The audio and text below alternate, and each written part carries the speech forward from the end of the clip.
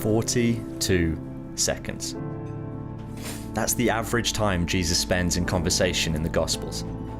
42 seconds of hope, purpose, grace, value, belonging. 42 seconds that might reformat your identity, reshape your calling, restore your heart.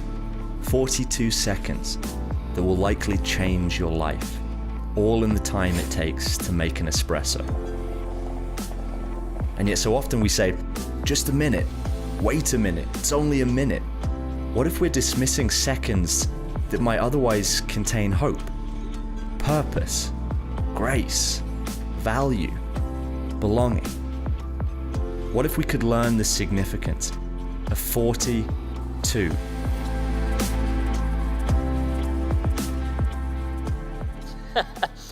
Jesus was a talker. This is something we know about him. So often in the Gospels, we find him in conversation with people. But yet, strangely, his conversations aren't often very long.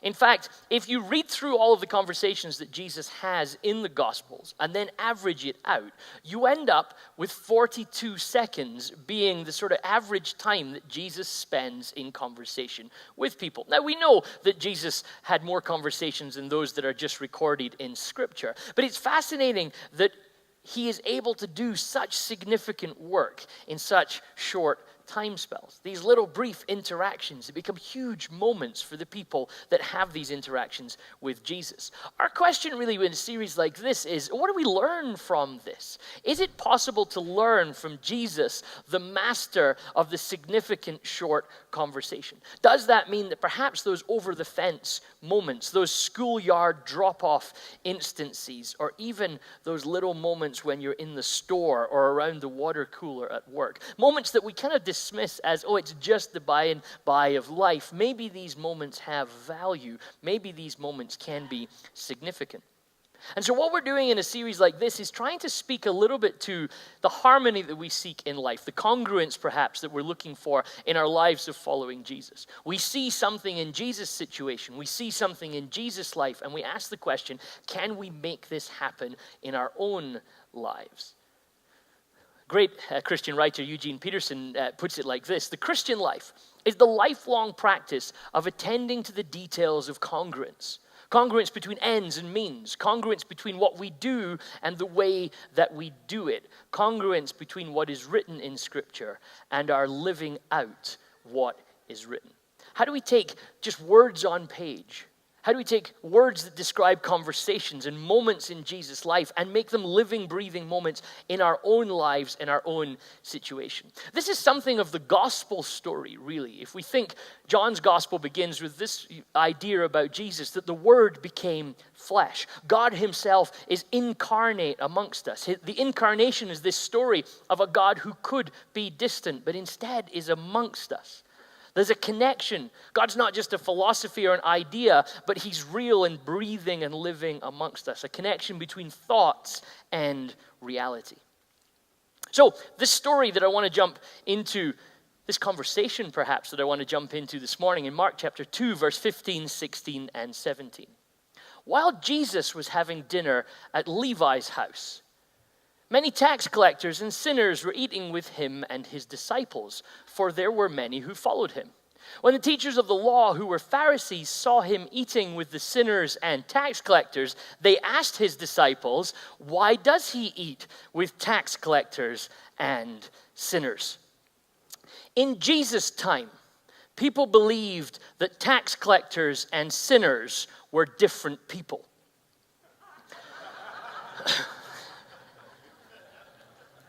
No, in truth, the Romans had established these systems of tax collecting, which required Jewish people to gain taxes from their own people. This made the tax collectors hugely popular, as you can imagine.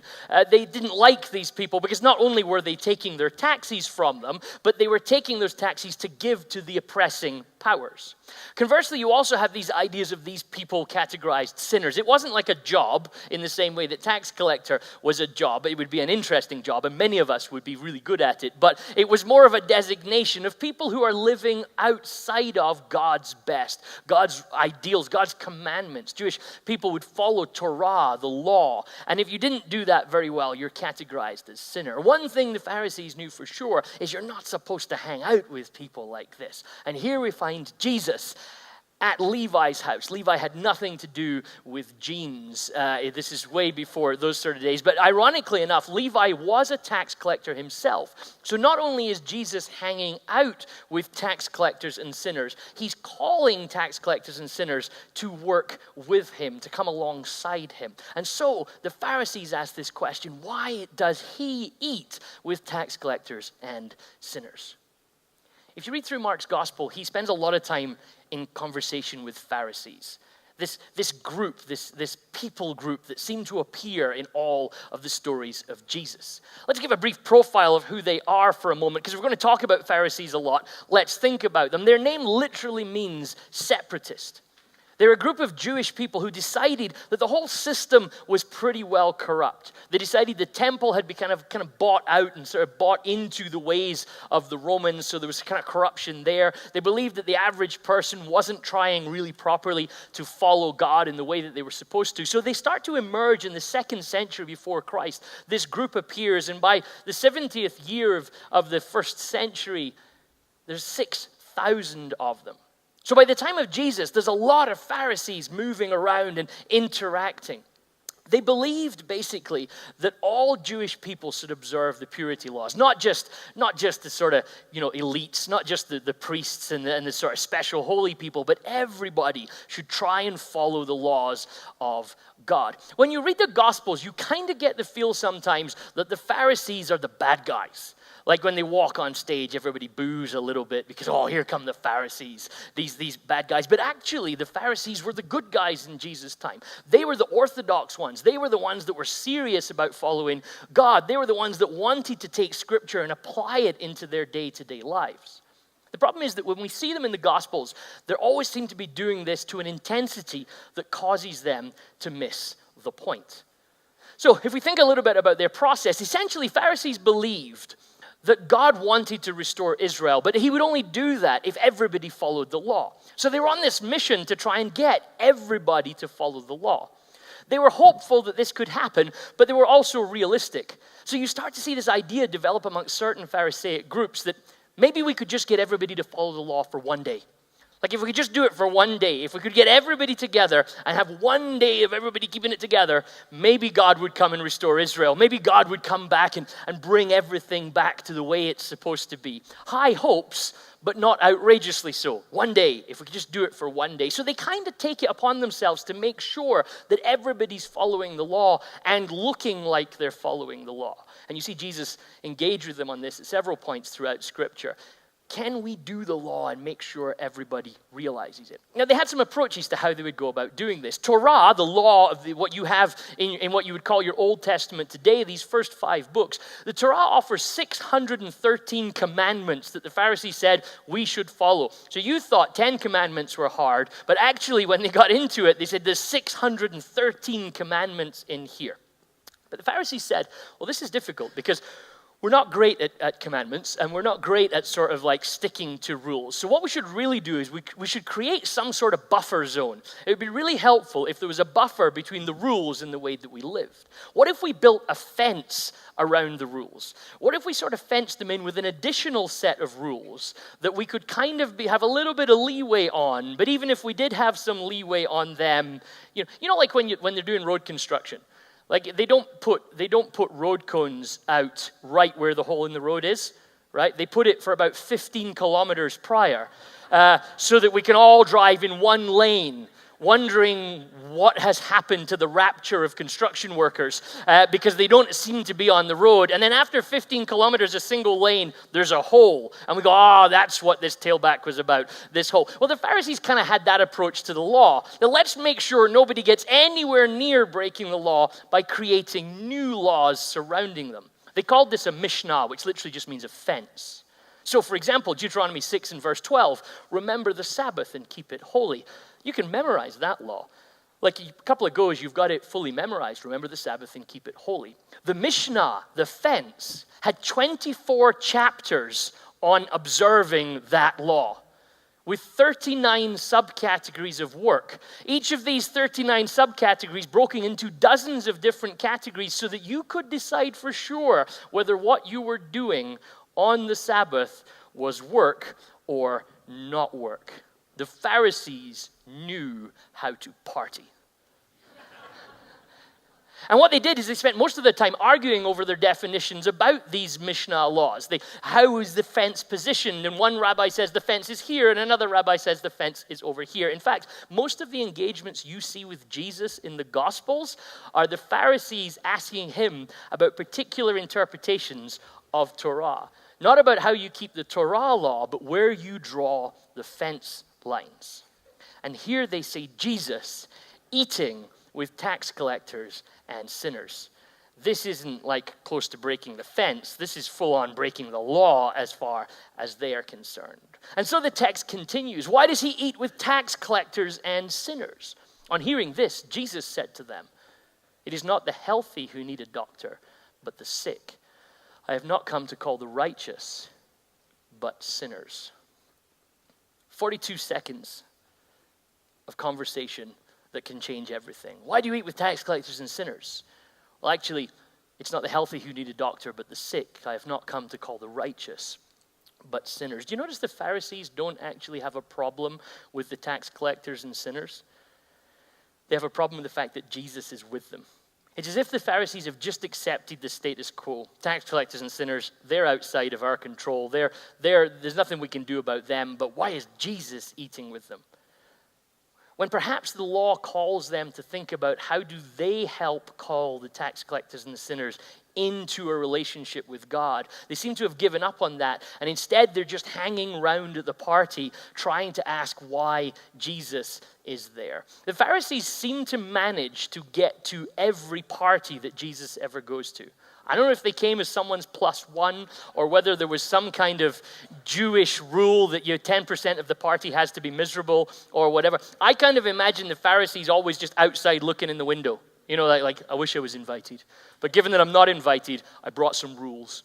And I'm just going to share some rules with you right now about how this party is just really not acceptable. And instead we have Jesus in there, in the middle of the story. The Pharisees are there. Jesus is there, but you notice how their roles are really, really different. I think this is defined as the difference between proximity and presence. The Pharisees are proximate to what's going on. They are there. Like they're definitely there. We can see them. They appear in the story. Oh, here's the Pharisees. Look at all this sinning that's going on and tax collecting. They're there and they're proximate to it. They're in the space, but you wouldn't really say they were present to it. You wouldn't really say they were at the party in the same way that Jesus is at the party. Is it possible to be somewhere and not really be somewhere? Is it possible to be at work, sit next to a particular colleague, but not really be there?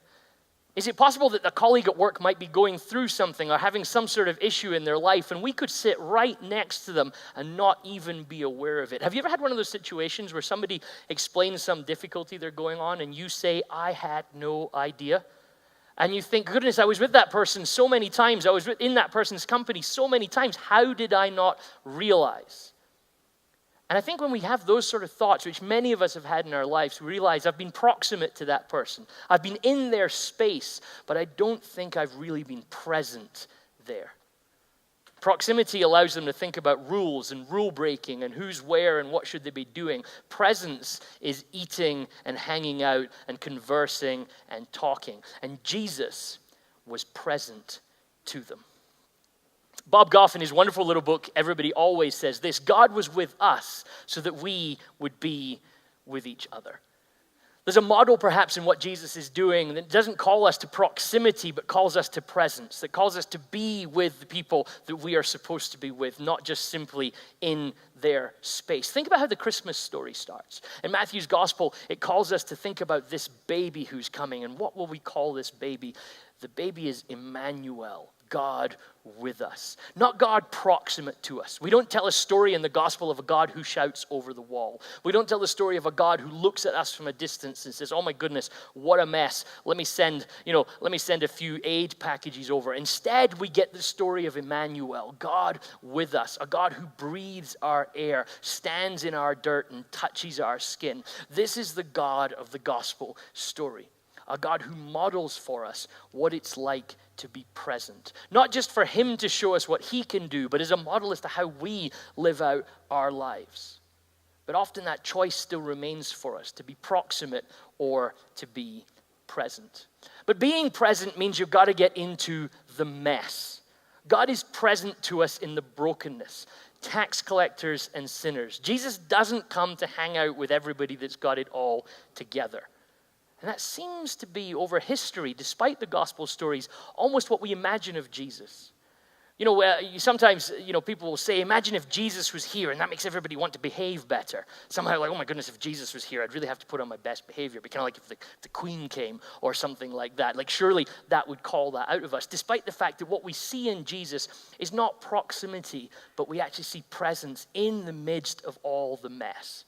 Jesus takes his disciples in a world prior to medicine, and they spend so much time hanging around with the sick. This is in a context where being sick probably will kill you. And yet Jesus hung around in that brokenness, healing and patching up and putting people back together again. Sometimes I think we imagine that if Jesus is with the broken, we don't come out and say it, but we almost talk about it as if, well, the only real reason Jesus is in the broken is he's there for research. Like he's there just to watch. Jesus is hanging around in the brokenness because at some point, you and I are going to do something that just kind of shows that we're a bit broken. And then Jesus is going to write it in his book. And then afterwards, there's going to be trouble.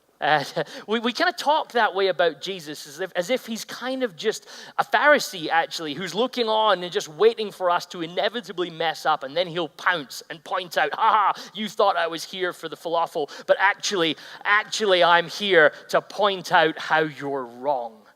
But that's not what we see in Jesus. That's what we see in the Pharisees. That's what we see in their way of moving through life. Their way isn't defined by grace, but rather it's defined by this obsessive rule-keeping that nobody can attain to. And somewhere in the ideology of many of us as Christians, we've turned Jesus into a Pharisee. Not someone present in the brokenness, but someone proximate, waiting for us to fail. I was thinking about my first house the other day there. My wife and I bought a house in our early 20s. We had this great plan. We were moving to a new church. We both had jobs that we were going to be jumping up to. It was in a different part of the country from where we lived. And we pulled together as much resources as we could, and we bought a house. And this isn't the whole house. I mean, English houses are small, but it was slightly bigger than this. And we had this plan. We had a tiny little bit of money kept over that this was going to decorate. This was going to paint the walls the colors that we wanted. Because, we're not long married. It was our first house. We're going to have it our colors. We're going to have it our sort of curtains and all that sort of thing. The problem was, somebody kind of told us this. I'm not going to say they were a liar because this is being recorded, but somebody didn't tell us the truth, and they told us the house had really great new wiring. And what I meant by wiring and what they meant by wiring were different things. Right? By new wiring, what they meant is they changed some outlets in the kitchen. Right? And so when we bought the house and took ownership of it and wondered why stuff wasn't working so well, it turned out that the wiring in the house was original. And I know that doesn't sound overly bad in North America, but when we say original wiring in the UK, this house was built in 1935. Okay, so original scares you when it has to do with electricity. So all of a sudden, this small, nice little budget that we had for decorating became a small little budget for some guys to come in, drill holes in walls, rip up flooring, and basically put new wiring in. So we end up moving into this new house. And I remember standing in the front room. I'm not going to call it the living room because seriously, it wasn't safe to live in. And my wife and I are standing there. Where there was supposed to be like a lamp, there was just like a pile of rubble. Where there was supposed to be a sofa, there was just a pile of rubble. Basically, there was piles of rubble was as best as it got. And while we're standing there going, oh my goodness, this is a real mess. What are we going to do?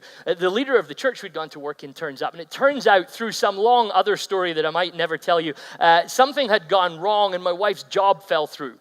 So we've gone now from having a house that was going to be nicely decorated to a house that looks like a kind of reno project with like $3 spare, and we've just lost 50% of our income. And so we're stood there going, okay, well, this is a mess. It was a great test for being married. And we're stood there going, like, what on earth are we going to do? So we basically, and we had this other principle that we didn't want to borrow lots of cash to do things like decorate.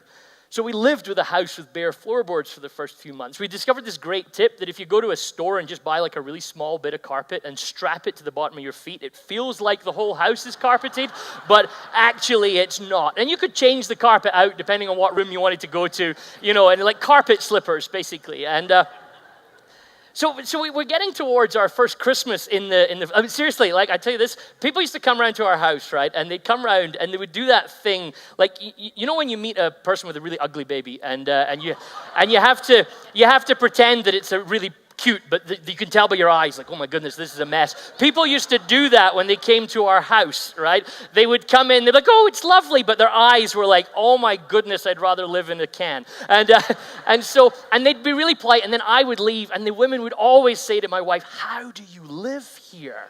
Like, this is just terrible. And so, like, I overheard conversations, like, if my husband left the hallway like this, I would leave. And, so like, this is like, yeah, it was bad. So anyway, we're getting towards our first Christmas. We still don't have any, I don't know. I mean, what was it? It was like 2 years before we carpeted the hallway or something like that. But anyway, we said, well, what are we going to do? What are we going to do? It's coming up to Christmas. And we were in our early 20s. And so we had this crazy idea. Let's have a party for Christmas, but let's do it on Christmas Day. Right? Because like everybody, there's only so much of your grandparents you can take, right? And so we were like, maybe people would want to come to a party at Christmas Day at our house. Now, everybody in the leadership of my church said, you can't have a party on Christmas Day. Nobody will come. And so we kind of thought, okay, maybe they're right. So we invited loads of people, and they brought friends. And so we had 80 people turn up at our house, right, on Christmas Day. Now, let me say this as a Scotsman. Christmas evening is a great day to do a party because everybody's full.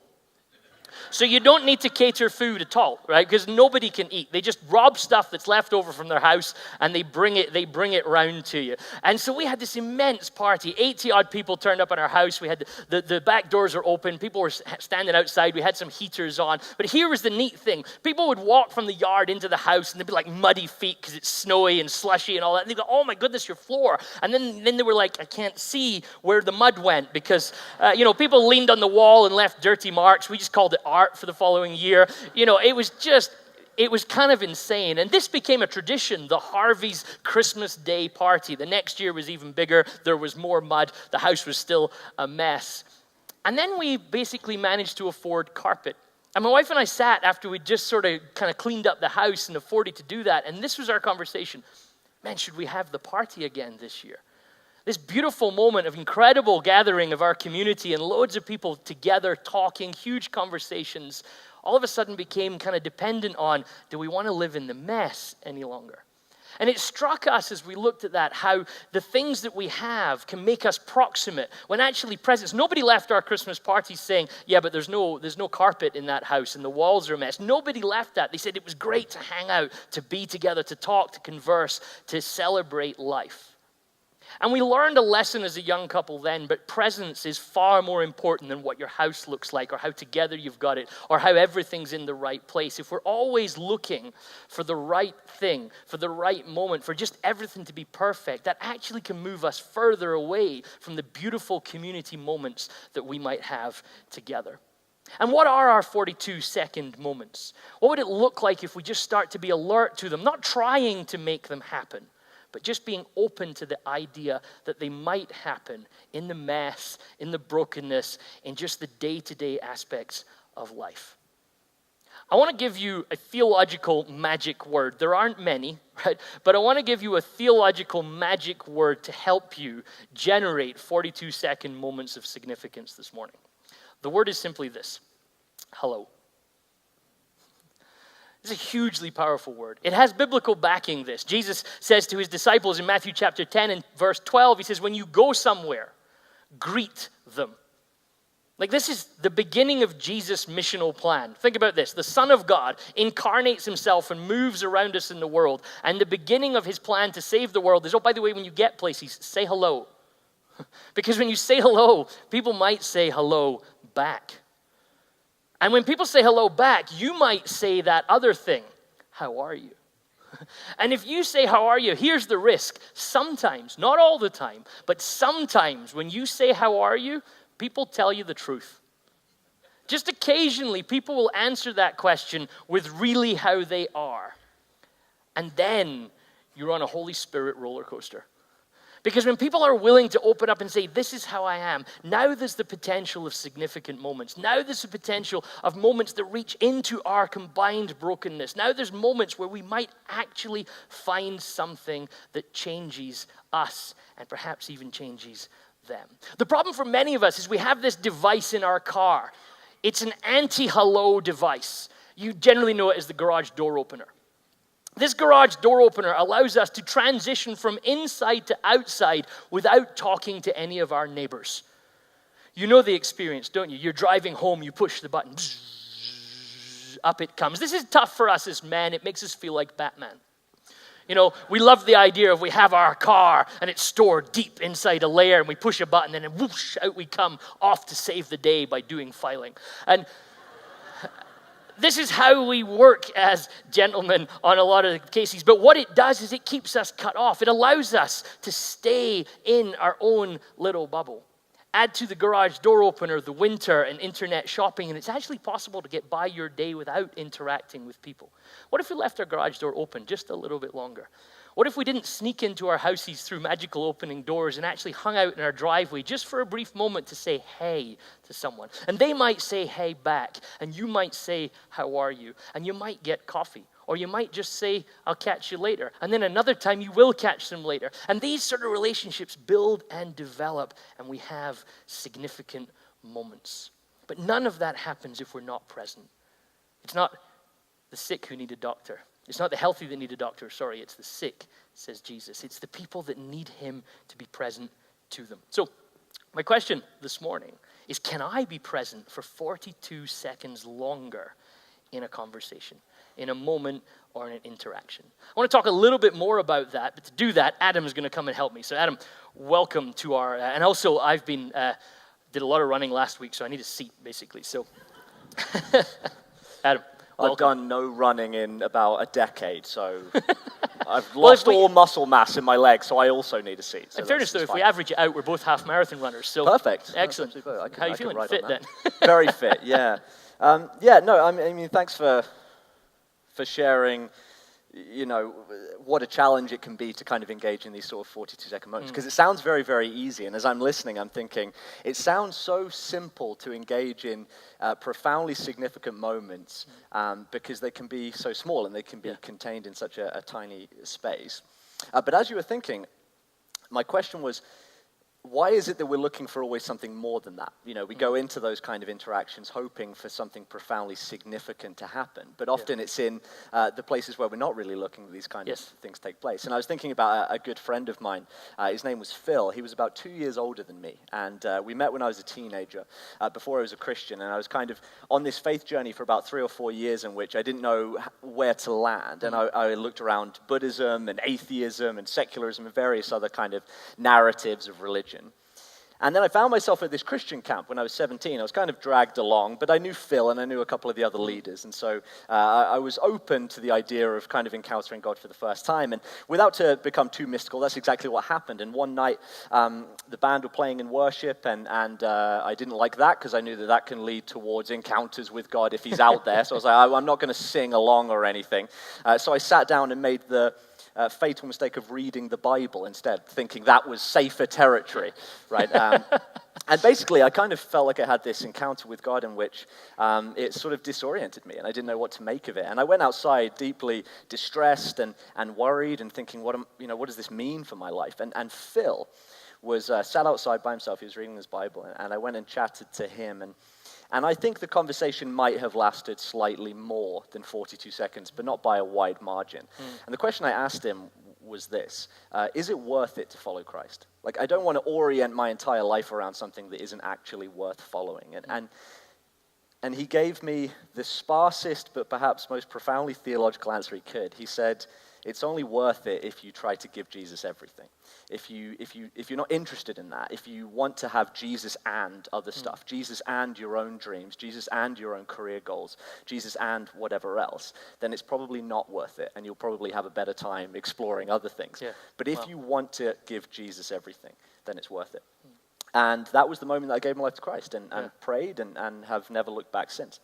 Now, the reason I tell that story and the reason I was thinking about it this morning as you were talking, Phil passed away a few years ago. As I said, he was only 2 years older than me, but he got cancer and he died. And about 1 or 2 years ago, on his birthday, one of his sisters posted something on his Facebook page saying, we'd love to hear people's favorite memories of Phil, now that he's passed. And I posted my favorite memory was this one, my 42 seconds. And then I was scrolling through dozens and dozens of posts of various friends, some I knew, some I didn't, who had posted their favorite memory of Phil. And I was so moved as I read piece after piece of 42-second moments in which somebody in a moment of distress, in a moment of need, in a moment of questioning or doubt, asked Phil a question, and he gave them an honest answer. He didn't try to make them feel better. He didn't sugarcoat it. He didn't give easy, reductive theologies of this is how it all works. He just said, this is what I make of it. And they were profoundly small moments, but they were reflective of something in Phil, that he was just present to everybody when they needed it. That he lived his life looking for moments in which somebody needed someone to be present. And my reflection on that as I was listening to you and thinking about Phil is, I spend most of my life looking for the next 42-second moment. But perhaps a better reflection is, how many 42-second moments have I missed? Because I'm looking for something more significant than what it might actually look like. And my question for you then is this: why is it that we expect something more? Why are we looking for something more out of those moments? It can't just be a hello and a how are you with somebody over the fence or in the grocery line. We have to also bring them to Christ. Or we have to also hand them a pamphlet on Jesus or pray for their broken leg and see them spring back to life. Why are we uncomfortable with a 42-second moment that just stays a moment? Yeah, because I think about, my way of thinking about that question often is, what was Jesus doing for most of his life? If I was Jesus, there's the start of every sermon beginning to go really badly, right? If I was Jesus. But, I think it's worth reflecting sometimes on this 33 years of Jesus' life, that we emphasize, and admittedly the Gospels give us that bit to emphasize this kind of bit of his ministry. But think about the presence. Think about, all the walking times of the disciples. Think about, why is Jesus, how is Jesus a teenager? How is Jesus just growing up through his life? And it feels to me that most of us would choose, and I think it's possibly because we see history retrospectively, most of us choose the highlight moments, the last couple of years ago we taught on Nehemiah, didn't we? And, Nehemiah has this very short period of time that he's really doing something for God, but the only reason he gets to that significant time is because of years of presence, in other contexts. I wonder if, for me personally, I like the kind of, I don't know if I could say glory of a significant moment, but I'm probably less keen on all of the moments that lead up to that. So sociologists tell us that people that go through a faith conversion generally have about 8 significant conversations that take them from one position on a particular faith to a converted position, if I can use that language.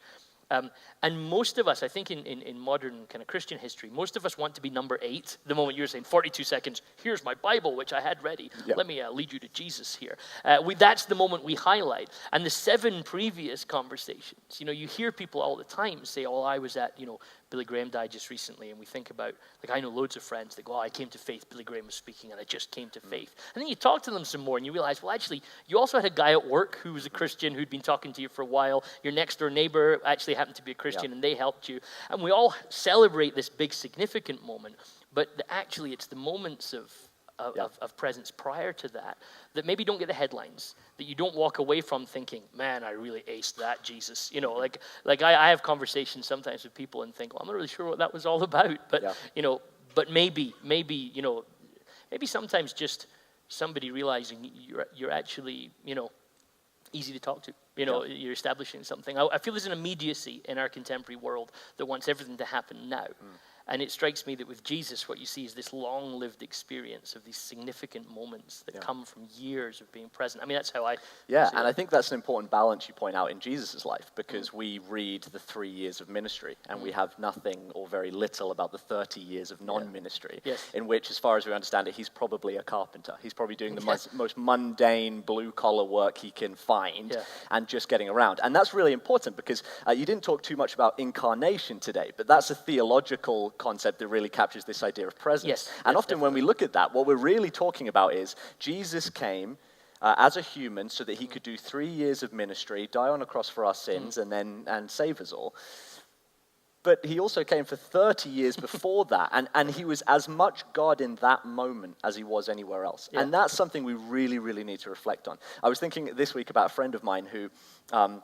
he got married very, very young. He's divorced now. And because of a young marriage and various other things, he kind of got into a job he didn't like very early, finished his university straight into a job, married, kind of unhappily married, obviously, since he's now divorced. But he's now 30 and trying to catch up on all the experiences he didn't have when he was a teenager or kind of a young adult.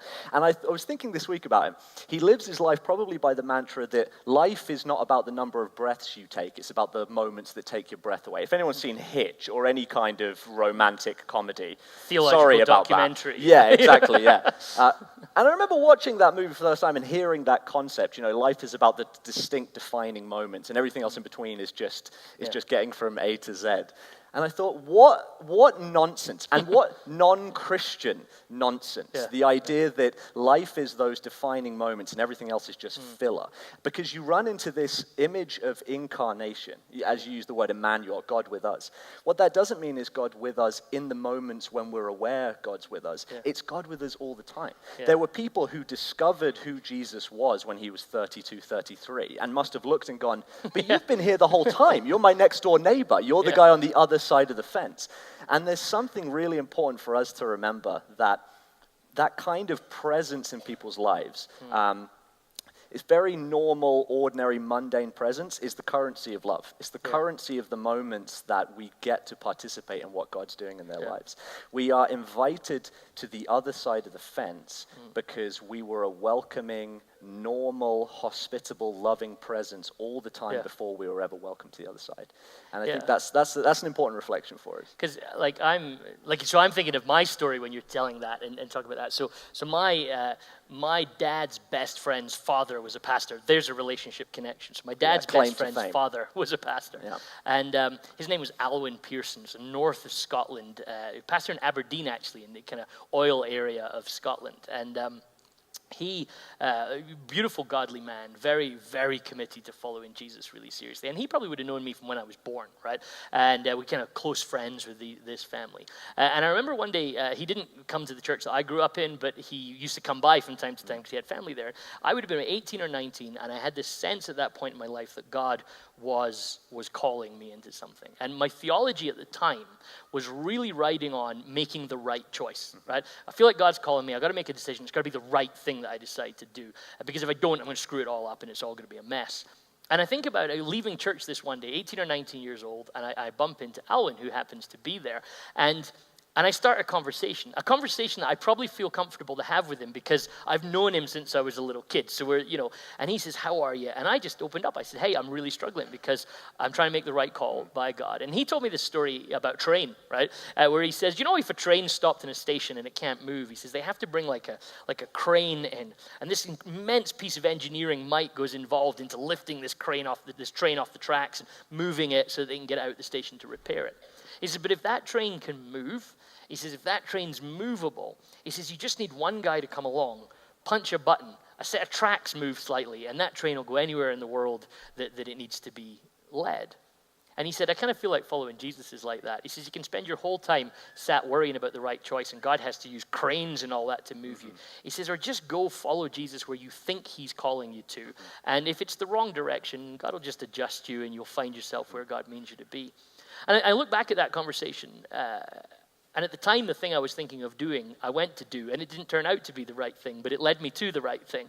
And I say that believing that I ended up in the right place, but I look back and think, I'm not sure he would even remember that conversation. But I sometimes, in my moments when I reflect on my life, think, because of my theological position at that point as an 18, 19-year-old, if I hadn't had that conversation, I might still be sat in Scotland now going, but what is the right thing?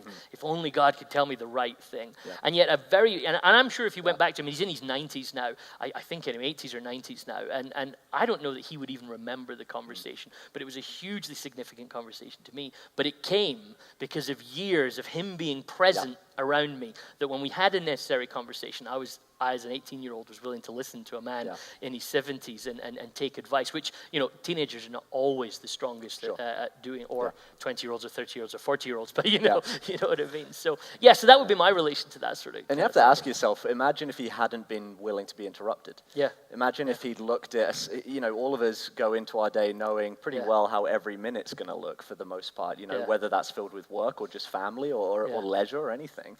And there's so many opportunities that come along where we could have a 42-second moment, but we miss it because we're not willing to be interrupted. Yeah. And Jesus' best miracles, Jesus' best moments, even the best theology contained in nuggets in the gospel, happen because somebody interrupts him and he lets them.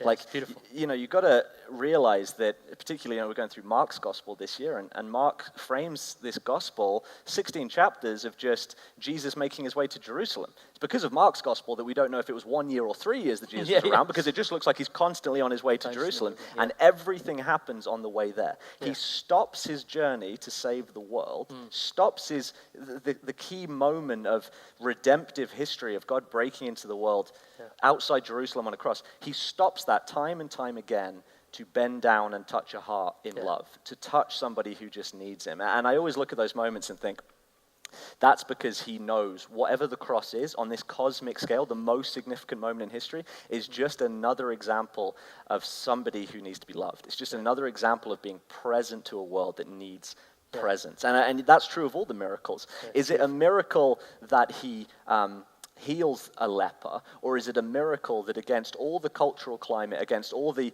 missioner and fences put around what it is to be leprous and unclean, he's willing to touch them?